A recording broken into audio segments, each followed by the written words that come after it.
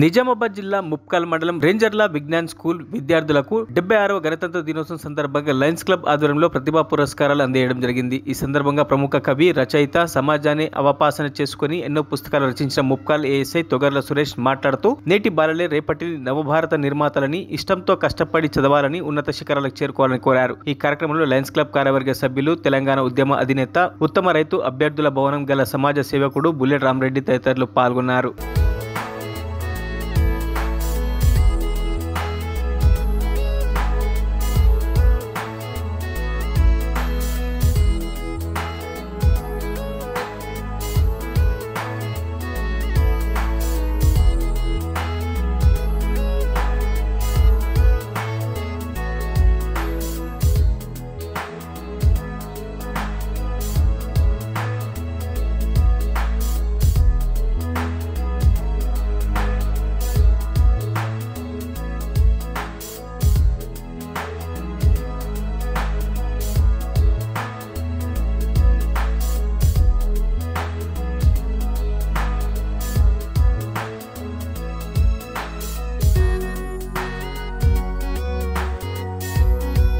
మరిన్ని అప్డేట్స్ కోసం మా ఛానల్ ని సబ్స్క్రైబ్ చేయండి।